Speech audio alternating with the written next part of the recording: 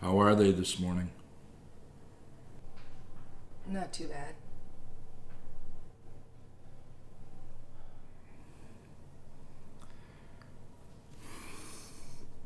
It's a good thing you weren't sleeping with me last night, Jax. I had a bad dream. I actually screamed myself awake. You what? Screamed myself awake. Didn't you hear me? No. I was screaming words, but it's like I couldn't really say them. It's like, I don't know, I couldn't close my mouth around them. Sounded like I had a stroke. And my voice was lower. It's not like my own voice at all. I heard myself and made myself stop. But I was shaking all over. So I had to turn on the light for a little while.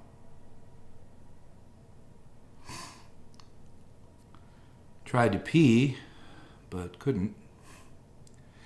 You know, these days it seems like I can always pee.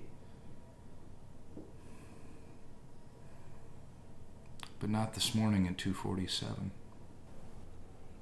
What was your dream?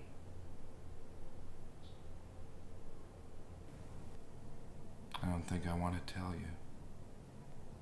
They say if you tell your dream, it won't come true. Did they say so?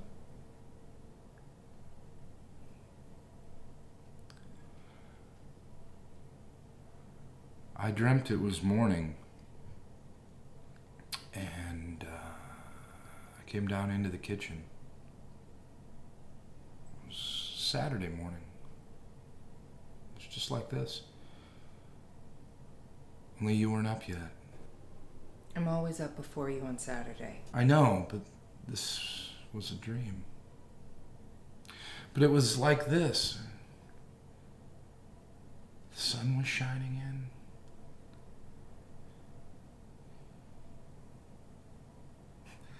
I could see my shadow on the floor. Never looked so bright or thick. Bright. It's a funny word to use for a shadow, isn't it? Yeah. Thick, too.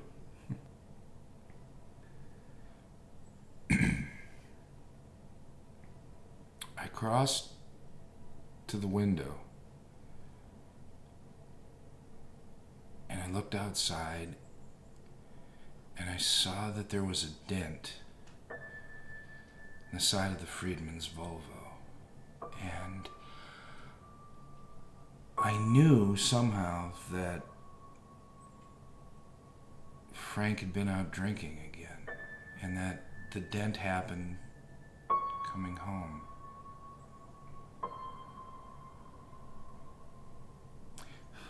I went to the fridge and looked inside, and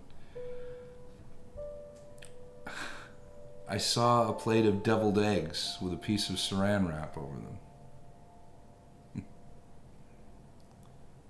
I was delighted. I wanted lunch at 7 in the morning. I don't want to hear anymore. And I thought, I'll just have one. And I thought, no, if I do that, she'll yell at me.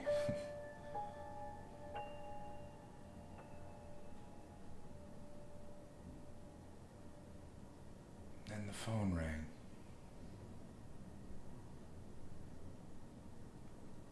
I dashed for it, because I didn't want to wake you.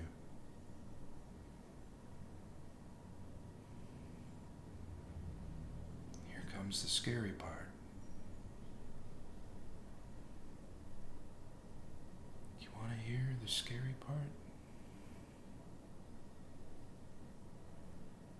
picked up the phone, and it was Trisha. She only said one word, just Dad? But I knew it was Trisha. The way you always know. I said, hey, Trish, why you calling so early, hon? Your mom's still in the sack. At first, there was no answer. I thought we'd been cut off.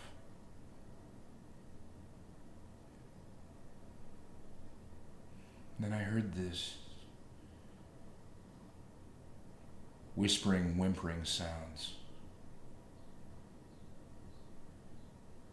Not words, but half words. Like she was trying to talk, but hardly anything could come out. She wasn't able to get her breath or muster any strength.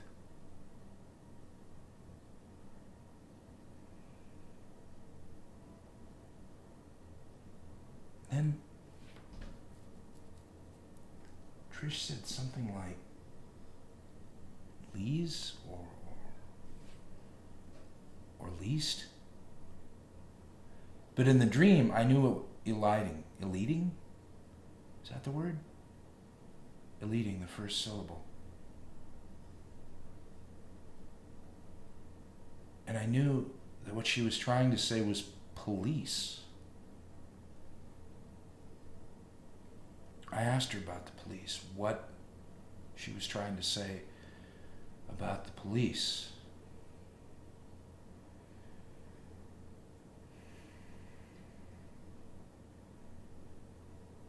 I sat down right there. Right there.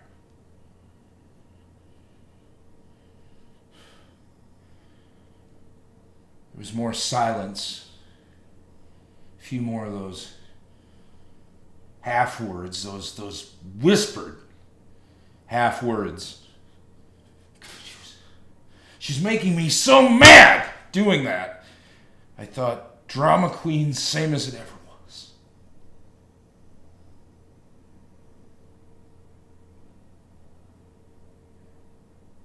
Then I heard number. Number, clear as a bell. And I knew that what she was trying to say was that the police had called her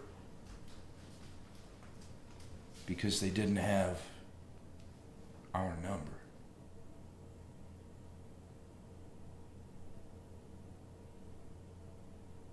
All these little half words.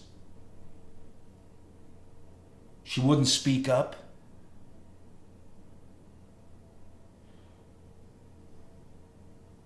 Then I heard killed. And I knew that one of the girls was dead. I just knew it. Not Trisha, because it was Trisha on the phone, but either Jenna or Stephanie. And I was so scared. I actually sat there, wondering which one of them I wanted it to be, like Sophie's fucking choice. I shouted at her, tell me which one, Trish. Tell me which one. For God's sakes, tell me which one.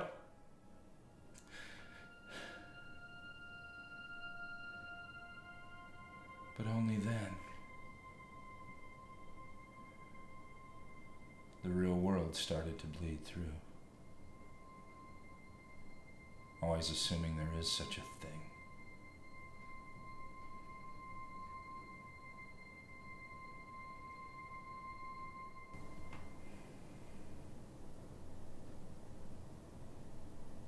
By then I knew I was in bed.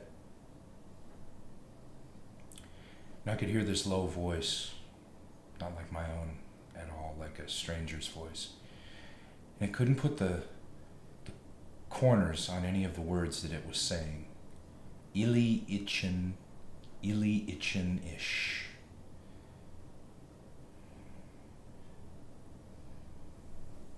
I lay there waiting for you to run in and see what was wrong. I lay there all over goosebumps. trembling, telling myself this was just a dream, the way that you do, of course.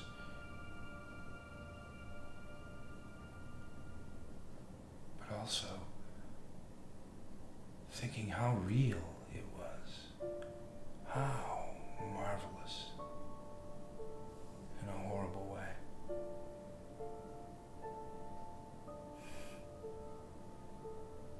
It's amazing, isn't it?